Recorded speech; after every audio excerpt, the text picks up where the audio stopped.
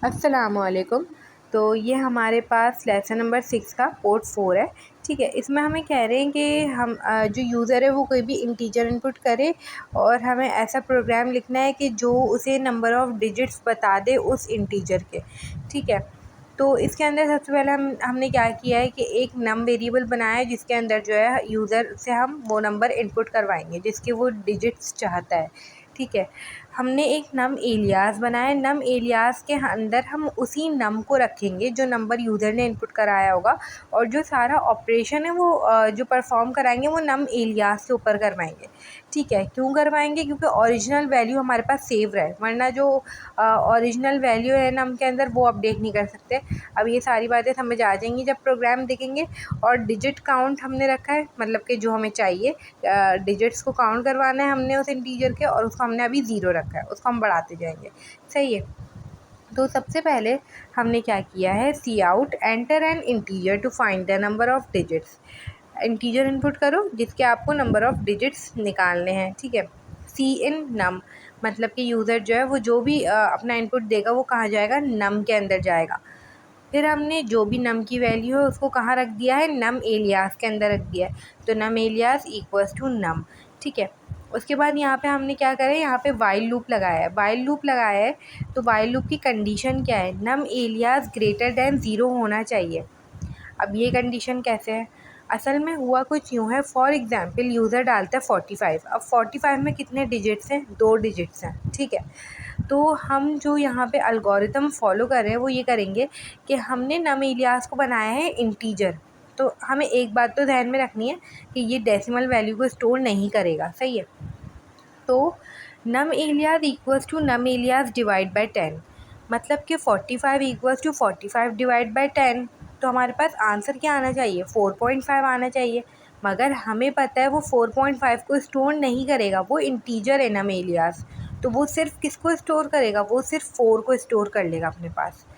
ठीक है, जैसे ये अल्गोरिथम, ये वाइल लूप चलेगा, नम एलियास ग्रेटर दैन ज़ीरो होना चाहिए जब तक ये लूप चलना चाहिए। ठीक है, num alias greater than zero है, 45 ग्रेटर दैन ज़ीरो है, बिल्कुल है। सही है, तो वो अंदर जाएगा लूप के। जैसे ही वो लूप के अंदर गया, ठीक है, तो num alias equals to num alias divide by 10, मतलब कि 45 डिवाइड बाई 10 करो और उसकी वैल्यूज़ नम एलियास में डाल दो। ठीक है, मतलब कि 45 डिवाइड बाई 10 हो जाएगा 4.5। ठीक है, तो 4.5 नम एलियास के अंदर चला जाएगा। क्या पूरा 4.5 जा सकता है नम एलियास के अंदर? नहीं जा सकता, सिर्फ 4 जाएगा। क्यों जाएगा? क्योंकि हमने ऊपर नम एलियास को इंटीजर डिक्लेयर किया है। अगर हमने उसकी वेरिएबल की डेटा टाइप ही इंटीजर रखी है तो वो एक फ्लोट को कैसे स्टोर कर सकता है। ठीक है, तो सिर्फ 4 चला गया नम एलियास के अंदर।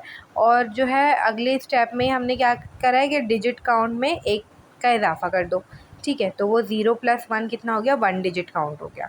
अब क्या हुआ, अब वापस से लूप चलेगा क्योंकि 4 इज़ ग्रेटर दैन 0। ठीक है, तो नम एलियास में 4 डिवाइड बाई 10 डाल दो, मतलब कि 4, और जो है वो हमारे पास हो जाएगा 4 डिवाइड बाई 10 जो कि 0 पॉइंट कुछ आएगा।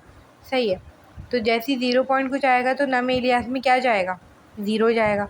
ठीक है, अगले स्टेप में क्या होगा, डिजिट काउंट 1 हो चुका था पहले ही, अब एक और प्लस हो जाएगा तो 1 + 1 2 हो गया। ठीक है, अब वो वापस से वाइल लूप में कंडीशन चेक करेगा, क्या 0 इज़ ग्रेटर दैन 0?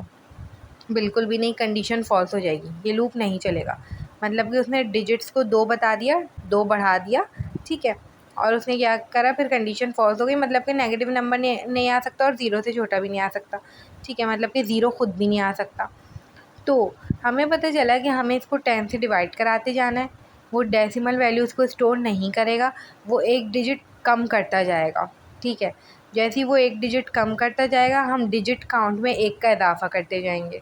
तो इस तरह से करके हमने किसी भी इंटीजर के डिजिट्स को काउंट करना है। एक दफ़ा फिर से देख लेते हैं पूरा।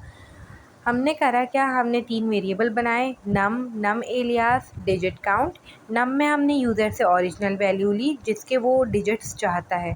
नम एलियास में हमने उस वैल्यू को स्टोर करना है ताकि हम उसके ऊपर वाइल लूप चला सकें, क्योंकि अगर हम नम के ऊपर चला देंगे तो उसकी तो वैल्यू अपडेट होती जाएगी ना आखिर में, डिवाइड बाई 10 करके। तो इसलिए हम चाह रहे हैं कि हमारी ओरिजिनल वैल्यू एक वेरिएबल में सेफ रहे और दूसरे पे हो सारा काम।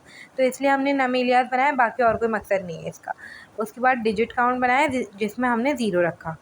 डिजिट काउंट में ज़ीरो रखने के बाद हमने यूज़र से इनपुट ले लिया नम के अंदर, जो भी हो वो नंबर डाल रहा है, ठीक है, और हमने उसको नम एलियास में स्टोर करा दिया, नम एलियास इक्वल्स टू नम लिखकर। उसके बाद हमने वाइल लूप चलाया, कब तक चलाया, जब तक नम एलियास 0 से बड़ा हो, सही है।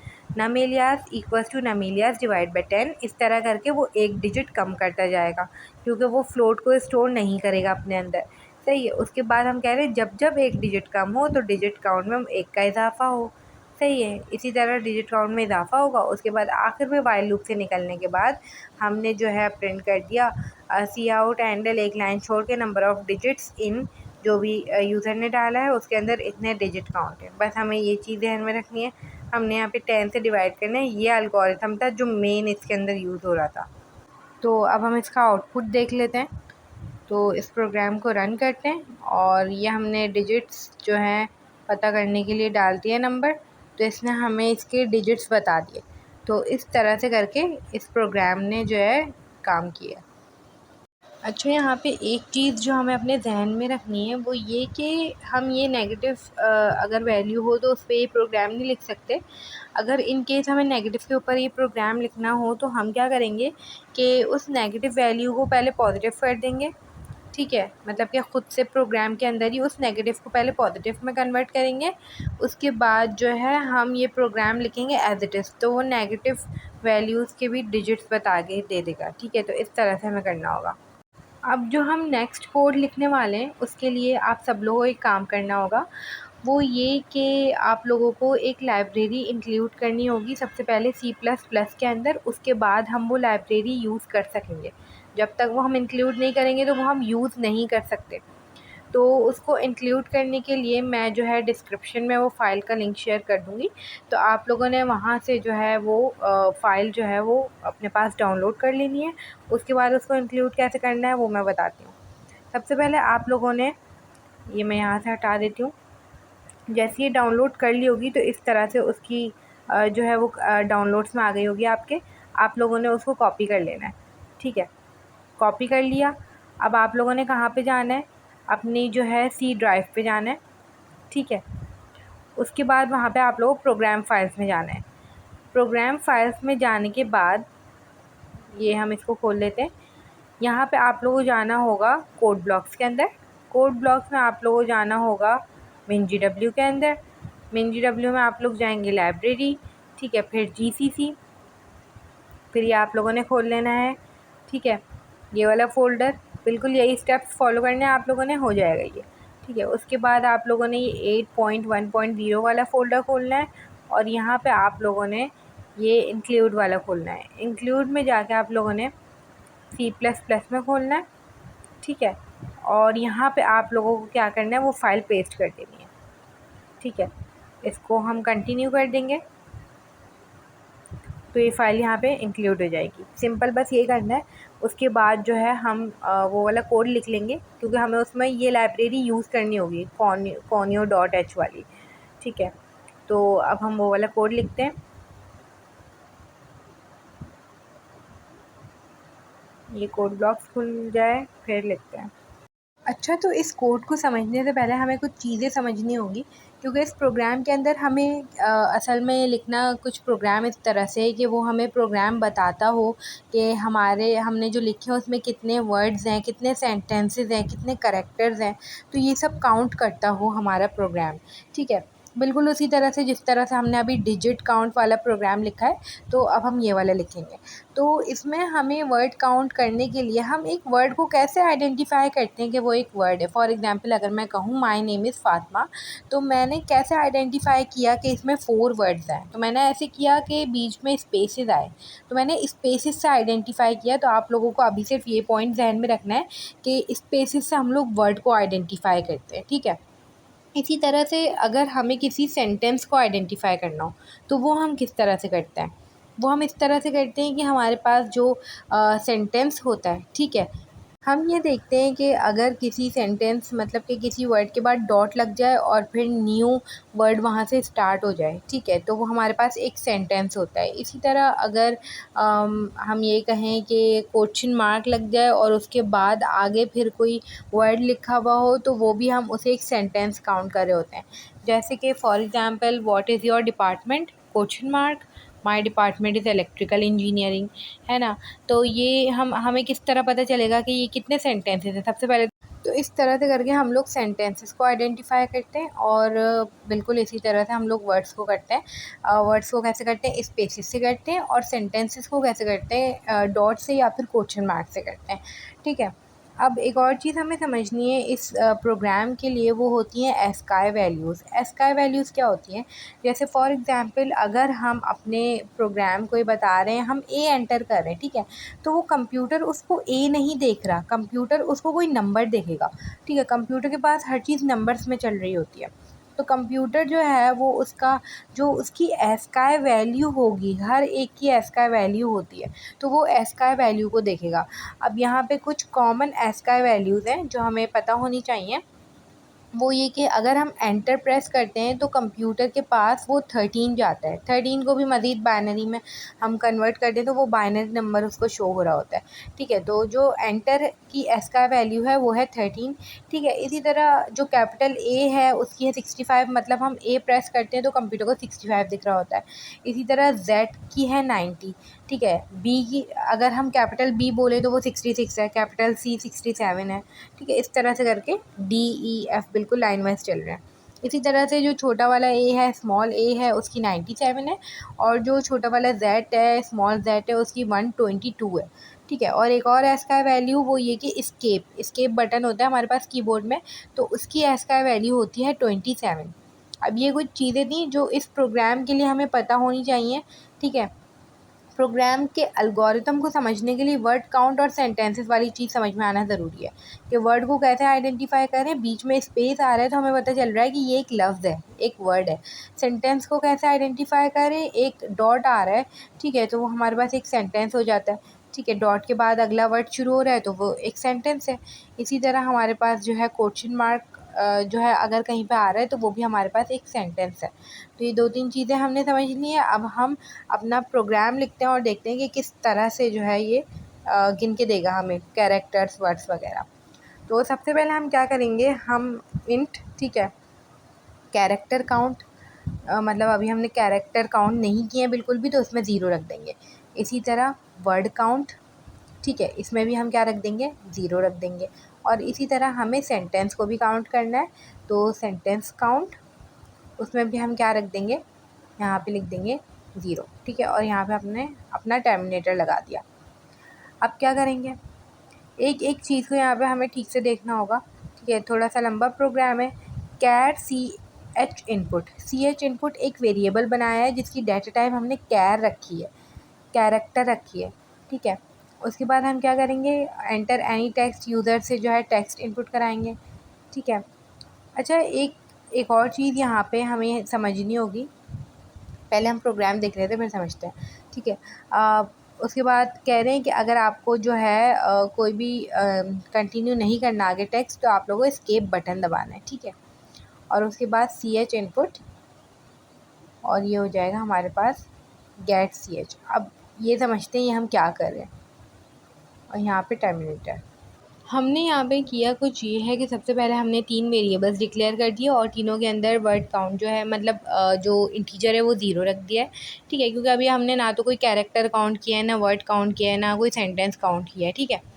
उसके बाद हमने एक कैरेक्टर टाइप का वेरिएबल बनाया है जिसके अंदर जिसका नाम रखा है हमने सी एच इनपुट। अब हम तो जुमले, पूरे के पूरे जुमले ही एंटर करेंगे, तो हमने यहाँ पे कैरेक्टर टाइप का वेरिएबल क्यों बनाया, सवाल ये बनता है ना यहाँ पे। जैसे फॉर एग्ज़ाम्पल मैं अगर पूरा जो है माय नेम इज़ फ़ातिमा जो है इनपुट करूँगी तो वो मुझे इसके कैरेक्टर, सेंटेंसेस सब कुछ बता कर देगा। तो ये तो पूरा एक सेंटेंस है, तो ये एक स्ट्रिंग होनी चाहिए थी, है ना। तो ये स्ट्रिंग क्यों नहीं बनाई, स्ट्रिंग इसलिए नहीं बनाई क्योंकि स्ट्रिंग ना अपने अंदर जो है mine M Y N A M E ये अलग अलग नहीं देखेगी, ठीक है। वो उस पूरे स्ट्रिंग स्ट्रिंग जो है ना, वो पूरे जो जुमला हमने देखा होगा ना उसको एक साथ देखेगी, ठीक है। वो स्पेसेस और ये सारी चीज़ें, अभी हमने ये सारी चीज़ें नहीं की हैं कि हम उसको आइडेंटिफाई करें और ये सारा कुछ करें, तो इसलिए हम कैरेक्टर हमने बनाया है ताकि हर एक को वो अलग अलग लेगा। अगर मैं माय नेम इज़ फ़ातिमा करूँगी तो वो एम को लेगा, पहले एम को चेक करेगा ये कैरेक्टर है क्या है, ठीक है। उसके बाद वाई लेगा, फिर स्पेस को अलग तरीके से देखेगा, फिर एफ़ को अलग दिखेगा। तो इसलिए हमने यहाँ पे कैरेक्टर लिया है। तो ये चीज़ है कि हमने सी एच इनपुट मतलब जो यूज़र इनपुट कराएगा, ठीक है। तो हमने इसको कैरेक्टर ही क्यों लिया है, तो ये वजह थी कि हमने इसको कैरेक्टर बनाया है, ठीक है। उसके बाद हम क्या कह रहे हैं यूज़र को कि एंटर एनी टेक्स्ट, आप जो भी टेक्स्ट एंटर करो और ESC एस्केप की दबाओ स्टॉप होने के लिए, ठीक है। अब हमें पता है कि हमने यहाँ पे अभी एक फ़ाइल ऐड की थी, ठीक है। अब वो फ़ाइल ऐड क्यों की थी? वो फ़ाइल ऐड इसीलिए की थी क्योंकि हम एस्केप जो बटन है ना उसको जब दबाएँ तो वो प्रोग्राम जो है ना वो हमारा बंद हो जाए, ठीक है। तो उसके लिए ये नॉर्मल हो ही नहीं सकता। आप लोग करके भी चेक कर लीजिएगा। कोई ऐसा तरीका नहीं है जिससे ऐसा हो जाए कि एस्केप बटन दबाएँ और प्रोग्राम रुक जाए, ठीक है। वो तो एक लूप लग सकता है कि हमारे पास जो है ना दबाएँ तो ऐसा हो जाए, ठीक है, मगर एस्केप बटन के लिए कोई ऐसा कुछ नहीं है ना? तो इस वजह से हम लोगों को ये फ़ाइल ऐड करनी पड़ी conio.h, जो ऊपर मैंने इंक्लूड की है, हैश इंक्लूड और conio.h जो हमने अभी ऐड की थी अपने सिस्टम के अंदर, ठीक है। तो हमने उस फ़ाइल को ऐड करने से ये एक लाइब्रेरी इंक्लूड हो गई है, जिससे क्या होगा कि हम ESC एस्केप का बटन दबाएंगे, ठीक है, और ये प्रोग्राम स्टॉप हो जाए। इस तरह से हम कुछ इससे काम करवाएंगे, ठीक है। तो अभी वो देखते हैं किस तरह से करवाएंगे। उसके बाद हमने क्या किया है, CH input equals to get CHE, ठीक है। तो ये चीज़ समझनी है कि यहाँ पे हम सिंपल तरीके से इनपुट नहीं ले रहे। यहाँ पे हम जो है पहले क्या किया करते थे, सी इन करके इनपुट लिया करते थे, ठीक है। अब ये जो गेट CHE है ये हमारे पास एक फ़ंक्शन है conio.h का, ठीक है। 2 फ़ंक्शन होंगे, गेट CH और गेट CHE। अभी हम गेट CH जो है वो सबसे आखिर में लिखेंगे और गेट CHE हमने अभी लिखा है। गेट CHE का मतलब क्या है कि जो हमारे पास जो वर्ड्स होंगे वो सारे वर्ड्स लेगा, मतलब जो कैरेक्टर्स होंगे वो कैरेक्टर्स लेगा। हम ए एंटर करेंगे, वो ए इसके अंदर इनपुट कर देगा, बी इनपुट कर देगा, सी इनपुट करेगा, ठीक है। मगर वो उसकी एस्काई वैल्यूज़ को देखेगा, ठीक है। इसी तरह अगर मैं एंटर इनपुट करूँगी, एंटर अगर मैं दबाऊँगी तो एंटर दबाने से प्रोग्राम जो है वो हमारा ख़त्म हो जाया करता था। पहले हम जितने भी प्रोग्राम्स लिखा करते थे, अब ऐसा नहीं होगा। अब जब तक हम जो है ना गेट CHE में हमने लिखा है तो एंटर दबाएंगे तो वो एंटर से प्रोग्राम ख़त्म नहीं करेगा। वो क्या है, एंटर की एस्काई वैल्यू देखेगा जो कि हमारे पास 13 है, ठीक है। इसी तरह एस्केप दबाएंगे तो वो एस्केप की एस्काई वैल्यू देखेगा जो कि हमारे पास 27 है। तो गेट CHE से वो उसकी एस्काई वैल्यूज़ देखेगा, ठीक है। और इसको कैसे करते हैं, सबसे पहले हम वेरिएबल का नाम लिखते हैं, उसके बाद इक्वल्स टू और गेट CHE और ब्रैकेट्स लगा के आगे टर्मिनेटर। इस तरह से हम इनपुट कराएंगे। और गेट CH का क्या काम है, अभी हमने ये देखा गेट CHE जो है वो क्या करेगा, एंटर से प्रोग्राम ख़त्म नहीं करेगा। तो अगर हमें एक वक्त ऐसा भी तो आएगा ना कि हमें प्रोग्राम ख़त्म करना है, हमें वो लाइन चाहिए होगी प्रोसेस रिटर्न वाली जो आती है हमारे पास आउटपुट स्क्रीन पे, तो वो आएगी गेट CH से, ठीक है। तो ये कुछ चीज़ें हैं जो हमें समझनी है। हमने यहाँ पे ये जो लाइब्रेरी है ये इंक्लूड इसलिए की क्योंकि हमें एस्केप दबाने से हमें अपना प्रोग्राम जो है वो ख़त्म करवाना है, ठीक है। तो इसलिए हमने यहाँ पे किया है।